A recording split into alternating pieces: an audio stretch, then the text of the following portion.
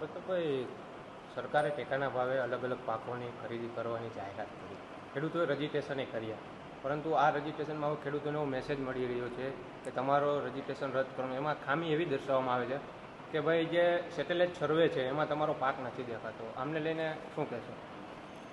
ગુજરાતની અંદર છેલ્લા 15 વર્ષથી હું જોઈ રહ્યો છું અને સમજી રહ્યો છું કે સરકાર ડિજિટલ સેટેલાઇટ આ વાતોથી ખૂબ જ મોટા પ્રમાણમાં ગુજરાતના ખેડૂતોનું ને જનરલ પબ્લિકનું નુકસાન કરી રહ્યા છે. ભૂતકાળમાં ડિજિટલ સર્વેના મારફત જમીન માપણી કરી જે સદંતર નિષ્ફળ રહી.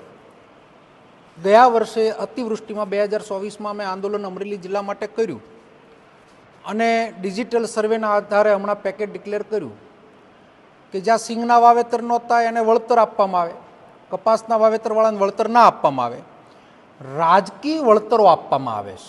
રાજકીય એટલા માટે કહું કે સરકારના પ્રતિનિધિઓ જે ગામડાની ચોઈસ કરે એ ગામડાને વળતર આપવામાં આવે. હું તમને દાખલો એક અમરેલી જિલ્લાનો દાખલા તરીકે આપું તો અમરેલી વિધાનસભાના અમરેલી તાલુકામાં દિલીપભાઈ સંઘાણીના ગામની અંદર વરસાદ ન પડે, એક અમારું પ્રતાપપરા એરિયા છે ત્યાં વરસાદ ન પડે, બાકી આખા તાલુકામાં વરસાદ પડે.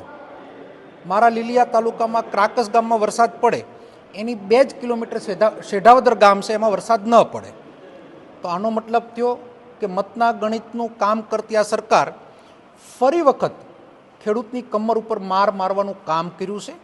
ડિજિટલ ક્રોપ કટિંગની જે આજે વાત થઈ રહી છે, મુખ્યમંત્રી ખૂબ જ ભોળા ભલા સારા, રાઘવજીભાઈ પણ ખૂબ જ ચિંતા કરે, પણ એમના અધિકારીઓ જે ગુમરાહ કરી રહ્યા છે. હું તમને આજની તારીખની વાત કરું કે આજના દિવસે મારા મત વિસ્તારમાં તમે આવો તો ગુજરાતના કેટલાય ગામડાની અંદર સિંગના વાવેતરોમાં ખળા લેવાની શરૂઆતો થઈ ગઈ છે.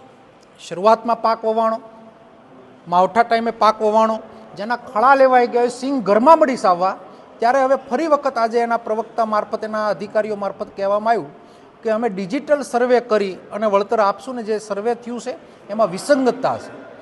તો જે લોકોએ સિંગનો પાક લઈ લીધો છે એના માટે શું કરવા માંગો છો? જેના ઘરમાં સિંગ આવી ગઈ છે અને એ ખેતરમાં કંઈ દેખાવાનું જ નથી, તો કયા આધારે તમે ગણિત કરશો કે સિંગનું વાવેતર છે કે નથી? હવે નવા વાવેતરો શરૂઆત થવાની છે, ઘઉં વવાવાના, ચણા વવાવાના. ખેડૂતો એની સ્પીડમાં કામ કરતા હોય, પણ ડિજિટલમાંથી સરકાર બહાર આવી અને હેન્ડમેડ અથવા એના વિસ્તરણ અધિકારીઓ અથવા એના ગ્રામ સેવકો અથવા એના તલાટીઓ મારફત તાત્કાલિક આ પ્રક્રિયા પૂર્ણ કરી અને ટેકાના ભાવની અંદર કોઈને અન્યાય ન થાય એની તકેદારી રાખવી ખૂબ જ જરૂરિયાત છે. કારણ કે આ કરતા રહેશે તો ખેડૂતને નવો પાક વાવવામાં ખૂબ જ મુશ્કેલી પડશે. ત્યારે આપના મારફત સરકારને વિનંતી કરતો પત્ર લખ્યો છે કે જે સર્વે થઈ ગયું છે એને માન્યતા આપવામાં આવે, રજિસ્ટ્રેશન જે થયું છે એને માન્યતા આપવામાં આવે અને નવા રજિસ્ટ્રેશનનો જે ટાઈમ વધારો થયો છે એમાં નવા રજિસ્ટ્રેશનો જેટલા થાય એને પણ એનો નિયમ લાગુ પાડવામાં આવે એવી વિનંતી કરતો પત્ર લખ્યો છે.